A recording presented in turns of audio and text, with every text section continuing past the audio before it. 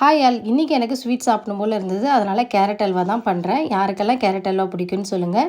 இதுக்கு ஒரு பேனில் கொஞ்சமாக நெய் ஊற்றி முந்திரி திராட்சையை நல்லா வறுத்து எடுத்துட்டு அதே நெய்யில் 1 கப் கேரட் போட்டு நல்லா ஒரு 5 மினிட்ஸ் வதக்கிக்கிறேன்.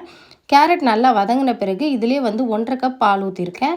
பால் எப்போவுமே கொஞ்சம் அதிகமாக சேர்த்திங்க அப்படின்னா கேரட் நல்லா வெந்து வரும். கொஞ்சமாக சேர்த்திங்கன்னா சீக்கிரம் ரெடி ஆகிடும். பட் ஆனால் கேரட் வெந்திருக்காது. பால் நல்லா இந்த சைடில் வர ஆடையெல்லாம் எடுத்து விட்டு சிம்மில் வச்சு நல்லா இந்தளவு சுண்டின பிறகு 1/2 கப் சுகர் சேர்த்துருக்கேன். சுகர் எப்போவுமே கம்மியாக சேர்த்துக்கோங்க. அப்போ தான் அது கரெக்டாக இருக்கும். கேரட்டோட டேஸ்ட்டும் நமக்கு நல்லா தெரியும். இதிலே 2 ஏலக்காவுமே தட்டி விட்டு சுகர் போட்ட பிறகு இந்த மாதிரி தண்ணி விடும். சிம்மில் வச்சு அப்படியே கிளறி விடுங்க. கிளறி விட்ட பிறகு கொஞ்ச நேரத்துலேயே பார்த்திங்கன்னா நல்லா ரெடி ஆகிடும். அப்புறம் நம்ம வறுத்து வச்சுருக்க முந்திரி பருப்பை போட்டு ஆஃப் பண்ணிட்டோன்னா இந்த மாதிரி திக்காகிடும். இங்கே பாருங்கள் எந்த அளவுக்கு டேஸ்ட்டாக இருந்துச்சுன்னா செம்ம டேஸ்ட்டாக இருந்துச்சு. நீங்களும் ஒரு தடவை ட்ரை பண்ணி பாருங்கள். ட்ரை பண்ணி பார்த்துட்டு எப்படி இருந்தது சொல்லுங்கள். வீடியோ பிடிச்சிருந்தா லைக் பண்ணுங்கள்.